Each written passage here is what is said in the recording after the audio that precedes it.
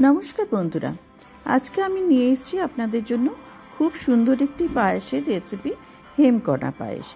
एटा Thakur बाड़ीर recipe. Rabindranath ठाकुरेर भाग्नी एई रेसिपिटिर नाम दियेछिलेन हेमकणा पायेस। सत्यि एटा हेमकणा पायेसेर मतोई देखते, एकदम सोनार मतो बरन। ताई भिडियोटा आपनारा पुरोटा देखबेन एबं देखते देखते भालो लागले अवश्यई लाइक शेयर सबस्क्राइब करबेन एबं पाशे थाका बेल बाटनटी अले क्लिक करे देबेन। एटी खूबই সুস্বাদু হয়। চলুন আমি রেসিপিতে যাই। এর জন্য আমার লাগবে 2 চামচ গোবিন্দভোগ চাল, একটু ভিজিয়ে রাখবেন, ভিজিয়ে ছেঁকে নেবেন এবং এটা মিক্সিতে দিয়ে একটু ভালো করে একটা গুঁড়ো করে নেবেন। আর লাগবে 8-10টা কাঠবাদাম এবং 2 চামচ কাজু বাদাম। এই সমস্ত উপকরণগুলো ভালো করে মিহি করে পেস্ট করে নেবেন পাউডারের মতো। দেখুন এরকম ভাবে আমি পেস্ট করে নিচ্ছি সমস্ত উপকরণগুলো এবং এর সঙ্গে এই যে আমার এটা কাজু বাদাম আর এইগুলো সব পেস্ট, এর সঙ্গে আমি দিয়ে দিলাম গোবিন্দভোগ চালের গুঁড়োটা আর তার সঙ্গে আমি দিয়ে দিচ্ছি 2 চামচ চিনির গুঁড়ো। দেখুন এরকম 2 চামচ চিনির গুঁড়ো এখানে আমি দিয়ে দিচ্ছি। আর আমি এর সঙ্গে বাড়িতে বানানো ক্ষীর করে রেখেছিলাম, সেই ক্ষীরও আমি 2 চামচ দিচ্ছি। এই সমস্ত উপকরণগুলো ভালো করে হাতে করে মেখে নিতে হবে। এদিকে 1 লিটার দুধ আমি বসিয়েছি একটু ঘন হওয়ার জন্য। দুধটা খুব ভালো মতো ঘন হতে হবে। দুধটা এই যে দেখুন গ্যাস কমিয়ে আমি দুধটা বসিয়েছি। বন্ধুরা ভিডিওটা কিন্তু অবশ্যই ভালো করে পুরোটা দেখবেন, নাহলে কিন্তু কোনো অংশ মিস করলে এটা আপনারা বানাতে পারবেন না।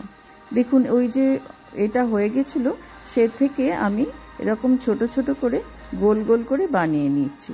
এই যে দেখুন এই রকম ভাবে আমি যে মিশ্রণ ওইরকম ভাবে তৈরি করলাম সব কিছু উপকরণ দিয়ে, সেইগুলো থেকে আমি ছোট ছোট এরকম গোল গোল বল তৈরি করে নিচ্ছি। দেখেছেন বন্ধুরা, এরকম ভাবে হাতে একটু ঘি লাগিয়ে আপনারা এই বলগুলো তৈরি করবেন, নাহলে হাতে লেগে যেতে পারে।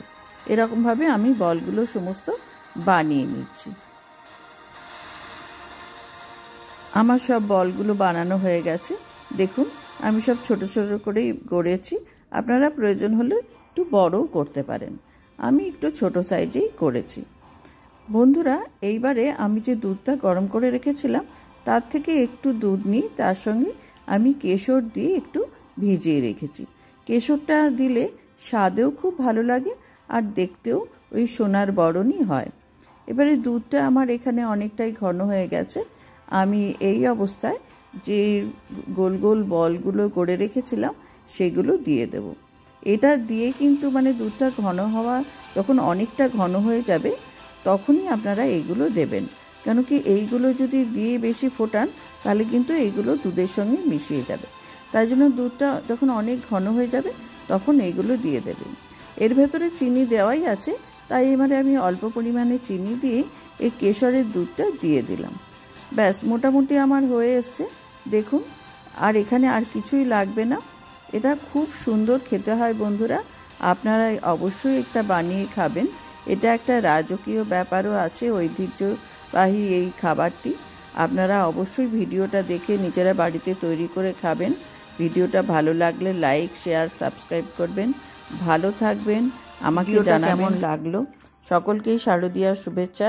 পুজোর মধ্যে অবশ্যই একবার বানিয়ে খান রেসিপিটা। ভালো থাকবেন, নমস্কার।